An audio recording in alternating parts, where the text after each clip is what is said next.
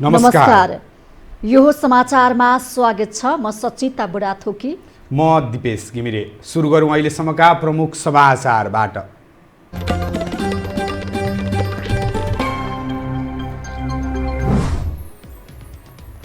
2 वर्षदेखि अड्किएको नागरिकता विधेयक राज्य व्यवस्था समितिबाट बहुमतले पारित।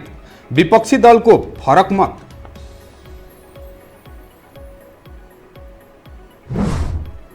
गुल्मीमा कोरोना संक्रमणबाट थप 1 जनाको मृत्यु, 421 जना थपे। सँगै संक्रमितको संख्या 9026 पुग्यो।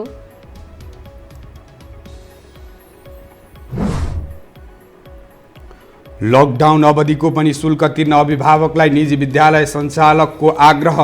विद्यार्थी भर्ना र अनलाइन कक्षाको पनि शुल्क लाग्ने। लकडाउन खुकुलो भए पनि पुँजी बजार सञ्चालन अझै अन्यलमा। बजार नखोल्ने निर्णयपछि सेवनप्रति असन्तुष्टि बढ्दै।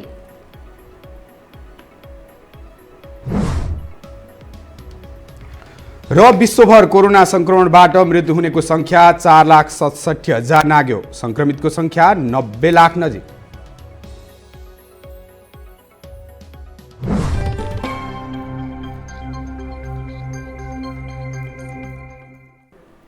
अब समाचार विस्तारमा। 2 वर्षदेखि राज्य व्यवस्था समितिमा विवादित रहेको नागरिकता संशोधन विधेयक बहुमतले पास गरिएको छ। प्रमुख प्रतिपक्षी दल नेपाली काङ्ग्रेस र जसपाको फरक मत रहे पनि विधेयक पास भएको हो। अङ्गीकृत नागरिकता सम्बन्धी 7 वर्षे हदमा सर्वत्र आलोचनाका बीच काङ्ग्रेस र जसपाले भने फरक मत राखेका छन्। एक रिपोर्ट। संसदको राज्य व्यवस्था तथा सुशासन समितिले नेपाली पुरुषसँग विवाह गर्ने विदेशी महिलालाई 7 वर्षपछि मात्र अङ्गीकृत नागरिकता दिने प्रावधानसहित नागरिकता विधेयक बहुमतले पास गरेको छ। उक्त विधेयकमा नेपाली काङ्ग्रेसको फरक मत रहेको छ। अङ्गीकृत नागरिकताका सवालमा नेकपाले लिएको निर्णय र काङ्ग्रेस तथा जसपाको अडान नमिलेको हो। यद्यपि समितिमा नेकपा एक्लैको बहुमत सदस्य रहेका कारण उसको निर्णय बहुमतले पारित भएको हो। र मैले यहाँहरू सबैलाई चाहिँ बिना थकान निरन्तर मेहनत गरेर यो विधेयक पास गर्नलाई सहयोग गर्नुभएकोमा सबैलाई धन्यवाद भन्दै। विपक्षी दलका सांसदहरूले नेपाली पुरुषसँग विवाह गर्ने विदेशी महिलालाई 7 वर्षपछि मात्रै अङ्गीकृत नागरिकता दिने प्रस्ताव संविधानको मर्म विपरीत भएको बताउँदै फरक मत राखेका हुन्। आइतबारको बैठकमा नागरिकता विधेयकमाथिको छलफलका क्रममा विदेशी महिलालाई 7 वर्षपछि मात्रै अङ्गीकृत नागरिकता दिने विषय व्यवहारिक नभएको र संविधानको मर्म विपरीत हुने बताएका छन्। हामी नेपाली नागरिकसित वैवाहिक सम्बन्ध भएकी विदेशी महिलाले चाहेमा वैवाहिक अङ्गीकृत नागरिकता दिने भनेर निर्णय गरिरहेका छौँ।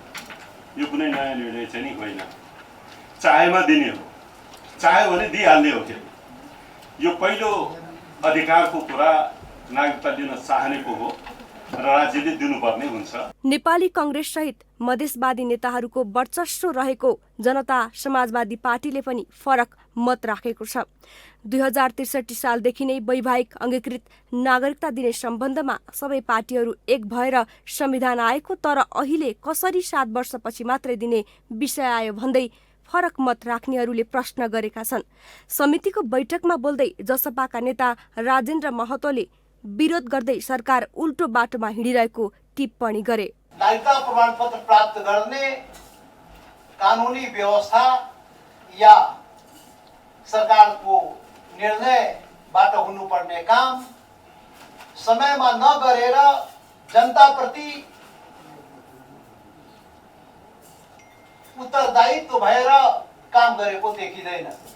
तराई मधेसमा अधिकांश व्यक्तिको विवाह भारतमा हुने र यो कुनै पनि नेपालको सरकार र भारतको सरकारले बनाएको सम्बन्ध नभएकाले यस्तो व्यवस्थाले त्यस क्षेत्रको सामाजिक सांस्कृतिक सम्बन्धमा प्रहार गर्ने फरक मत राख्नेहरूको तर्क छ। तर विवाह लगत्तै विदेशी बुहारीलाई नागरिकता सहित राजनीतिक अधिकार समेत दिइँदा मुलुकको व्यवस्थामाथि र राष्ट्रियतामाथि नै चुनौती थपिएको निष्कर्षमा नेकपा पुगेको छ। राज्य व्यवस्था समितिले पारित गरेको निर्णयप्रति आम जनस्तरबाट समेत स्वागत भएको छ। नेपालमा कोरोना संक्रमितको संख्या 9000 नागेको छ।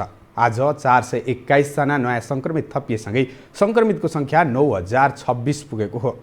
स्वास्थ्य तथा जनसङ्ख्या मन्त्रालयका अनुसार 820 महिला र 8206 जना पुरुष रहेका छन्। मन्त्रालयका प्रवक्ता डाक्टर गौतमले गुल्मीमा एकजनाको कोरोनाबाट मृत्यु भएको बताउनुभयो। असार 5 गते मृत्यु भएका गुल्मी छत्राकोट 5 का 69 वर्षका पुरुषको मृत्यु भएको हो। एकजना नयाँ संक्रमितको मृत्यु भएको छ। उहाँको विवरण यस प्रकार छ। जिल्ला गुल्मी छत्रकोट गाउँपालिका वार्ड नम्बर 5 मैनडाँडा निवासी वर्ष 69 का पुरुष प्यारालाइसिस उपचारको लागि भारत गएको र मिति 2077 जेठ 25 गते नेपाल आएकोमा उहाँ होम क्वारेन्टाइनमै हुनुहुन्थ्यो। निजको 2077 असार 5 गते घरमै मृत्यु भएको र सोही दिन नमुना सङ्कलन गरी प्रदेश प्रयोगशाला भैरवमा पठाइएकोमा 6 गते कोरोना पुष्टि भएको। त्यस्तै कोरोना निको भएर घर फर्कनेहरूको संख्या 1772 पुगेको छ। अहिले देशभरका क्वारेन्टाइनमा 94928 जना रहेका छन्। देशका विभिन्न अस्पतालमा 7231 जना उपचाररत रहेका छन्।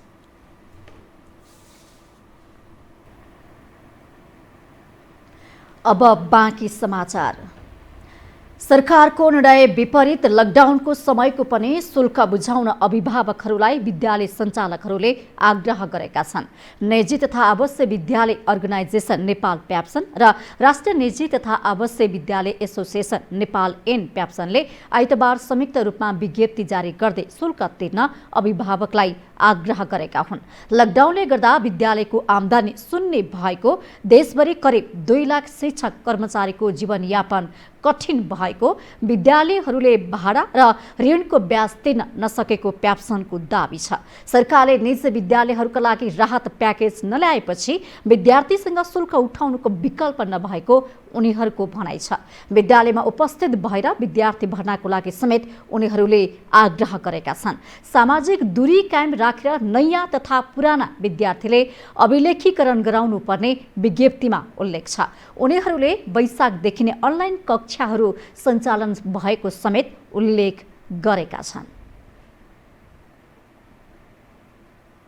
सीमाविद बुद्धिनारायण श्रेष्ठले अद्यावधिक नक्सा अनुसार संविधान जारी भएपछि अब चीनसँगको सीमाङ्कन टुङ्गो लगाउनु पर्ने बताउनु भएको छ। लिपुलेक पश्चिममा चीनसँग पनि सीमाङ्कन नभएको उल्लेख गर्दै उहाँले लेम्पियाधुरासम्म सीमाङ्कन गरी त्रिदेशीय बिन्दु खडा गर्न चीनसँग आग्रह गर्नुपर्ने बताउनु भएको हो। राष्ट्रिय सभाको प्रत्यायोजित व्यवस्थापन तथा सरकारी आश्वासन समितिमा सीमाविद श्रेष्ठले नेपालको अद्यावधिक नक्सा संयुक्त राष्ट्र संघमा बुझाउन ढिला गर्न नहुने बताउनु भयो। तुरुन्त हाम्रो नेपाल सरकारले तुरुन्त नै चीन सरकारलाई अनुरोध गर्नु पर्यो, किनभने नेपाल र चीनको बिचमा जोइन्ट बाउन्ड्री कमिटीले काम गरिरहेछ। अहिले 8 वर्ष 9 वर्ष जति भयो। त्यही बाउन्ड्री कमिटीमा गएर यो पहिलो कुरो गर्नु पर्यो। यो कुटिनीको कुरो हो कि सीमा समस्या वार्ताबाट मात्रै समाधान हुन सक्ने भन्दै उहाँले सडकमा आएर 2-4 शब्द भन्दै बिच्क्याएर पनि नहुने बताउनु भएको छ। समितिले राष्ट्रिय महत्त्वको दस्तावेज तयार गरी संसदमा पेश गर्ने तयारी गरेको समिति सभापति रामनारायण बिडारीले बताउनु भएको छ। हरेक वर्ष आजको दिनलाई योग दिवसको रूपमा मनाइँदै आइएको छ। व्यस्त जीवनशैली र खानपानका कारण मानसिक तथा शारीरिक समस्या हुन सक्छ। यस्तो अवस्थामा स्वस्थ जीवनका लागि योग अत्यन्त महत्त्वपूर्ण मानिन्छ। एक रिपोर्ट। हरेक उमेर समूहका लागि योग आवश्यक हुन्छ। आजको भागदौडको जीवनमा त शारीरिक तन्दुरुस्तीको सहज उपाय योग नै हो। योगबाट मानसिक रोगदेखि दीर्घ रोगसम्म निको हुन सक्छ। योगको नियमित अभ्यासबाट स्वास्थ्य राम्रो, कार्यक्षमतामा वृद्धि, चिन्ता मुक्त, मानसिक शान्ति, रोग प्रतिरोधी क्षमता बढोत्तरी, शरीर मन र आत्मा बीचको समन्वय, सकारात्मक सोचको विकास, अनावश्यक विचारबाट मुक्ति, ऊर्जा प्राप्ति, आत्मज्ञान र प्राप्ति लगायत सकारात्मक गुणको विकास हुन्छ। यस्ता खालका रोग प्लस मानसिक रोगको लागि मात्रै योगको महत्त्व छ अथवा योगले त्यस्ता रोगलाई मात्रै काम गर्छ भन्ने धारणा थियो। तर अहिले कोभिड-19 को महामारी फैलिसकेपछि र अहिले यसको कुनै पनि औषधि अथवा खोप पत्ता नलागिसकेको अवस्थामा फेरि पनि के भने शरीरको चाहिँ रोगसँग लड्ने क्षमता वृद्धि गर्नको लागि योग नै सबभन्दा प्रभावकारी छ है। दिवसका अवसरमा प्रधानमन्त्री केपी शर्मा ओलीले पनि नेपाल योगको जननी भएको बताए। उनले कोरोना भाइरसको महामारीसँग जुझ्न योग र वनस्पति औषधीय वस्तुको प्रयोगमा जोड दिए मात्र निरोगी नेपालको उद्देश्य पूरा गर्न सक्ने बताए। दौडिएर काम गरेर श्वास हुन सक्छ, सास बढ्न सक्छ दौडिँदा, तर त्यो नियन्त्रित श्वास प्रणाली, त्यसको नियन्त्रित र पर्याप्त फोक्सो खाली गर्नेदेखि पर्याप्त फोक्सो भर्नेसम्मको यो श्वासमा फ्याफ्याको हिसाबले मात्रै होइन, त्यसलाई नियन्त्रित गर्ने, जसबाट मस्तिष्कमा पर्याप्त अक्सिजन, मुटुमा पर्याप्त अक्सिजन जस्ता कुराहरू पुर्याउँछ, जसले सम्पूर्ण शरीरमा रक्त सञ्चारद्वारा अक्सिजन पुर्याउँछ र मान्छे ताजा हुन्छ। नेपालको अमूल्य निधिका रूपमा रहेको योग प्राणायाम हरेक व्यक्ति, परिवार, समाज र राष्ट्रलाई नै स्वास्थ्य योगको उत्पत्ति नेपाली भूमिमै भएको विश्वास गरिन्छ। योगाले रोग निको पार्नुका साथै मनलाई आनन्द दिन समेत मद्दत पुर्याउँछ। लामो समयको लकडाउनका कारण अव्यवस्थित खानपान र दिनचर्याले स्वास्थ्यमा गम्भीर असर गर्दछ। यस्तो अवस्थामा व्यायाम र योग झनै महत्त्वपूर्ण मानिन्छ। यो हो टेलिभिजनका लागि क्यामेरामा सञ्जय घिमिरेको साथमा लीलामाया ठटाल, काठमाडौँ। नेपालसहित विभिन्न देशबाट आज खण्डग्रास सूर्यग्रहण देखिएको छ। बादल लागेको तथा केही स्थानमा पानी परेका कारण ग्रहण अवलोकनमा अवरोध भए पनि काठमाडौँका केही स्थानबाट ग्रहण अवलोकन गर्न सकिन्थ्यो। खण्डग्रास सूर्यग्रहणले विज्ञान र ज्योतिष शास्त्रमा कस्तो प्रभाव पार्छ त? एक रिपोर्ट। खग्रास नभए पनि आइतबारको ग्रहणको मध्य समयमा सूर्यको अधिकांश भाग छोपिएर कालो देखिएको छ। ग्रहणको मध्य समय दिउँसो 12:38 जाँदा सूर्यलाई चन्द्रमाले अधिकांश रूपमा ढाकेको हो। बादल लागेको तथा केही समय पानी परेका कारण ग्रहण अवलोकनमा अवरोध भए पनि काठमाडौँका केही स्थानबाट ग्रहण अवलोकन गरिएको थियो। ग्रहणको मध्य समयमा सूर्य अधिकांश रूपमा छोपिएर शुक्ल पक्षको सुरुवाती दिनको चन्द्रमा जस्तो आकारमा देखिएको थियो। चन्द्रग्रहण हेर्दा आँखामा कुनै असर पर्दैन भने पनि सूर्यग्रहण हेर्दा अत्यन्तै सावधानी अपनाउनु पर्दछ। मानिसको आँखा अत्यन्तै संवेदनशील हुन्छ। आँखाभित्रको रेटिनामा सूर्यबाट आएको प्रकाश परेमा रेटिनाको एउटा भाग स्थायी रूपमा नै नष्ट हुन गई मानिस सदाका लागि अन्धो समेत हुन सक्छ। सूर्यग्रहण नाङ्गो आँखाले कहिले पनि हेर्नु हुँदैन। सूर्यग्रहण हेर्दा अत्यन्त सावधानी अपनाउनु पर्दछ। ग्रहण हेर्न बनाइएको विशेष चस्माको प्रयोग गरी ग्रहण हेरेमा कुनै नोक्सानी हुँदैन। सूर्यग्रहण हेर्ने अत्यन्त सुरक्षित तरिका सूर्य बिम्बको प्रतिबिम्ब बनाई छाया हेर्नु नै हो। ग्रहणका बेला दान दक्षिणा गर्दा विशेष फल मिल्ने धार्मिक विश्वास पनि रहेको छ। नदी, तट वा गङ्गामा गई ग्रहणको स्नान गरी शुद्ध हुने गर्दछन्। तान्त्रिकहरू मन्त्र सिद्ध गराउनका निमित्त ग्रहण लागेको समयलाई उपयुक्त मान्दछन्। ग्रहणका समयमा मन्त्रको साधना समेत गर्दछन्। ग्रहण सम्बन्धी अन्धविश्वास संसारभरि नै रहेको पाउन सकिन्छ। साधारण मानिसका लागि ग्रहण एउटा अनौठो तथा असाधारण घटना हो। रोमनहरू ग्रहणका बेला चिच्याउने गर्दछन् भने चीनमा ग्रहण र ड्र्यागनसँगको सम्बन्धमा विश्वास गर्दछन्। प्राचीन मिश्रका राजा आफै सूर्यवंशी थिए। सूर्यग्रहणका बेलामा उनी सहरको मुख्य मन्दिरमा परिक्रमा गरिरहन्थे भन्ने इतिहास भेटिन्छ।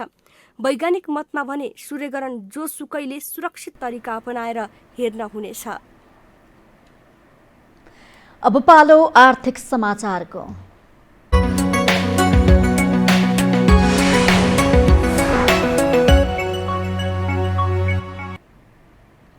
आर्थिक सङ्कटमा पर्दै जाँदा आन्तरिक ऋण उठाउन सरकार लागि परेको छ। चालु आर्थिक वर्षको जेठ महिनासम्म बैंकिङ क्षेत्रबाट मात्रै सरकारले 5 खर्बभन्दा बढी ऋण लिएको छ। अहिले नै टाट पल्टिएको सरकारले यत्रो ऋण कसरी तिर्ला, यो विषय सोचनीय बनेको छ। एक रिपोर्ट। सरकारले बैंकिङ क्षेत्रबाट कुल 5 खर्ब 9 अर्ब 47 करोड 36 लाख रुपियाँ ऋण लिएको छ। चालु आर्थिक वर्षको जेठसम्म क, ख र ग वर्गका वित्तीय संस्थाबाट सरकारले सो रकम ऋणको रूपमा लिएको हो। सरकारले लिएको सो ऋण कुल आन्तरिक ऋणको 85.49% हो। बैंक तथा वित्तीय संस्थाहरूले प्रदान गरेको ऋणमा सबैभन्दा बढी वाणिज्य बैंकको हिस्सा रहेको छ। कुल आन्तरिक ऋणमा 78.20% हिस्सा वाणिज्य बैंकहरूको रहेको छ भने विकास बैंकको 5.17% रहेको छ। आगामी 14 वर्षसम्म फिर्ता गर्ने गरी सरकारले 27 वटा वाणिज्य बैंकबाट कुल 4 खर्ब 66 अर्ब 5 करोड 23 लाख विभिन्न ऋणपत्रबाट ऋण उठाएको हो। विकास बैंकबाट 30 अर्ब 79 करोड 23 लाख ऋण उठाएको छ। फाइनेन्स कम्पनीबाट 12 अर्ब 62 करोड ऋण उठाएको राष्ट्र बैंकले जानकारी दिएको छ। यो बिचमा हेर्नुहुन्छ भने 2 महिना ब्याङ्किङ सिस्टमबाट मात्रै सरकारले पनि 175 अर्ब आन्तरिक ऋण उठाएको छ। यसले तथ्याङ्कहरूले यी परिस्थितिहरूले के देखाउँछन् त भन्दा ब्याङ्किङ क्षेत्रमा अत्यन्त सुविधाजनक स्तरमा तरलता रहेको छ। त्यस्तै माघ यता 5 महिनाको समयमा 1 खर्ब 45 अर्ब 43 करोड 12 लाख रुपियाँ आन्तरिक ऋण उठाएको राष्ट्र बैंकले जानकारी दिएको छ। सरकारले आगामी 14 वर्षसम्म तिर्ने गरी सो ऋण लिएको हो। सरकारले 35 अर्ब 65 करोड 31 लाख रुपियाँ ऋण यही आर्थिक वर्षमा तिर्नेछ भने आगामी आर्थिक वर्ष 2077-78 1 खर्ब 75 अर्ब 26 करोड 26 लाख ऋण तिर्ने कार्यतालिका रहेको राष्ट्र बैंकले प्रकाशित गरेको रिपोर्टमा उल्लेख गरिएको छ। पूर्व निर्धारित समयअनुसार आगामी आर्थिक वर्षमा 1 खर्ब 75 अर्ब भन्दा बढी ऋण तिर्नुपर्नेछ।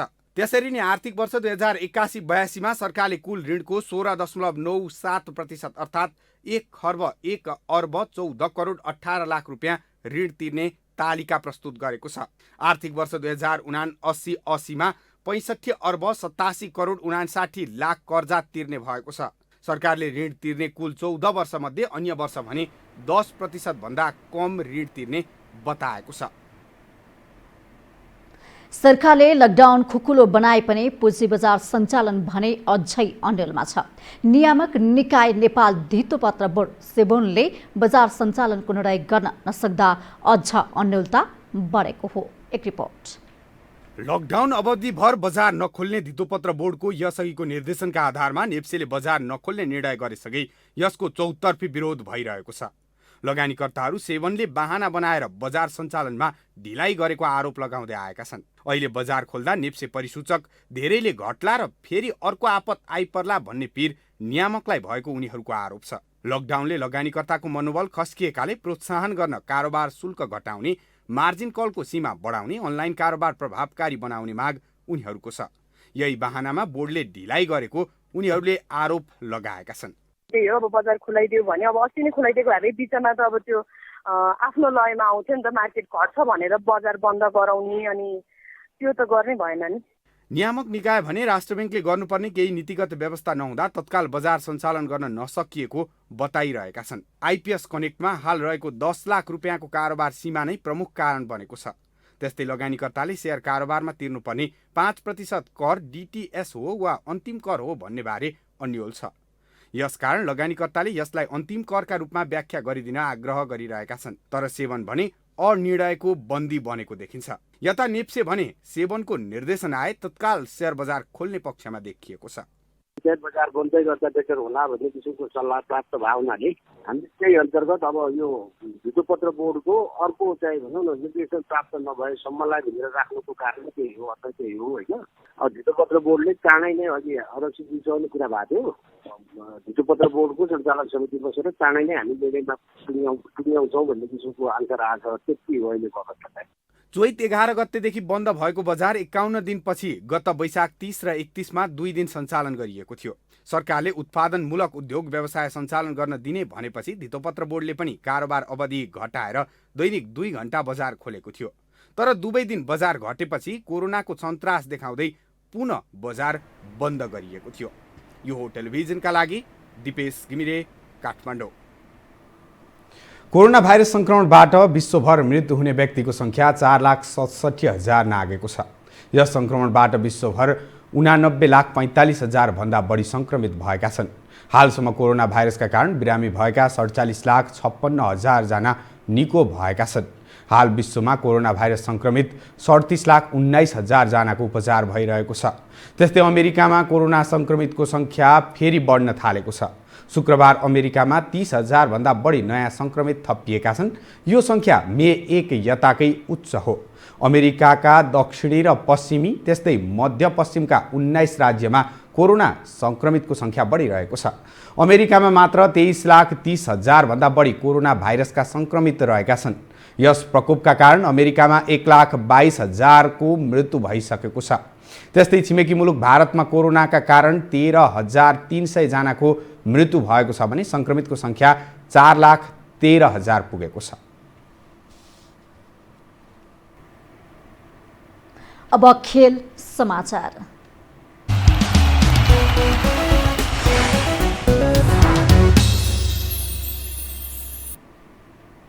अखिल नेपाल फुटबल संघ एन्फाको प्रदेश नम्बर 1 प्रादेशिक कमिटीको बैठक भोलि बस्ने भएको छ। एन्फाको नेतृत्व तहमा आन्तरिक विवाद चर्किएसँगै प्रदेश नम्बर 1 ले प्रादेशिक कमिटीको भोलिको लागि बैठक बोलाएको हो। बैठक एन्फा अध्यक्ष कर्मा छिरिङ शेर्पा र वरिष्ठ उपाध्यक्ष पंकज विक्रम नेङवाङ बीच देखिएको आन्तरिक द्वन्द्वकै एजेन्डामा केन्द्रित रहनेछ। नेङवाङ प्रदेश 1 बाटे फुटबलको केन्द्रीय राजनीतिमा प्रतिनिधित्व गर्नुहुन्छ। पछिल्लो समय नेतृत्वसँग उहाँको असन्तुष्टि चुलेको छ भने दुवै बीच वारपारको लडाई सुरु भएको छ। बैठकमा एन्फाभित्र देखेको आन्तरिक विवाद, उपाध्यक्षले राख्दै आएको फरक मत सहित प्रदेश कमिटीको विधान कार्यक्रम लगायतको एजेन्डा तय पनि गरिएको छ। खेल समाचार सँगै हामी यो समाचारको अन्त्यमा आइपुगेका छौं। बिदा हुनु अघि प्रमुख समाचार पुनः एकपटक।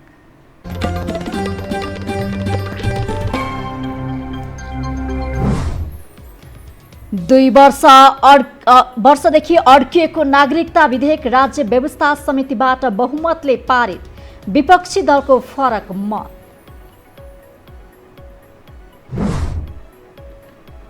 गुल्मीमा कोरोना संक्रमणबाट थप 1 जनाको मृत्यु, 421 जना थपिएसँगै संक्रमितको संख्या 9,026 पुग्यो। लकडाउन अवधिको पनि शुल्क तिर्न अभिभावकलाई निजी विद्यालय सञ्चालकको आग्रह, विद्यार्थी भर्ना र अनलाइन कक्षाको पनि शुल्क लाग्ने।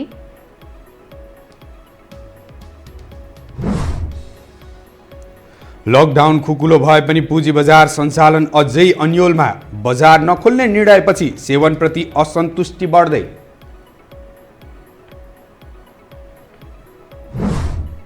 र विश्वभर कोरोना संक्रमणबाट मृत्यु हुनेको संख्या 4,67,000 नाग्यो, संक्रमितको संख्या 90 लाख नजिक।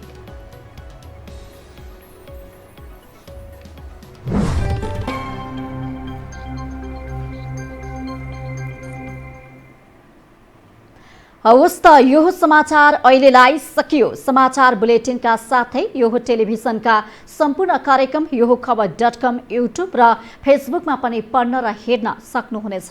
मोबाइलमा यो टिभी एप डाउनलोड गरी हामीलाई प्रत्यक्ष हेर्न सक्नुहुनेछ। तथ्यसहितको निष्पक्ष समाचारका लागि यो टेलिभिजन हेर्दै गर्नुहोला। नमस्कार।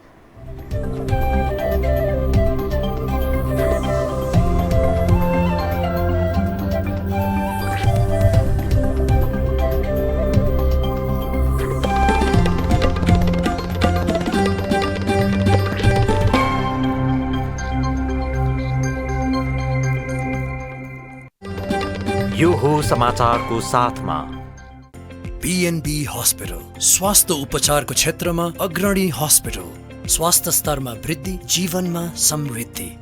Gwarku, Lalitpur. If you have any sort of health issues, do visit Norvik International Hospital, Thapa Thali.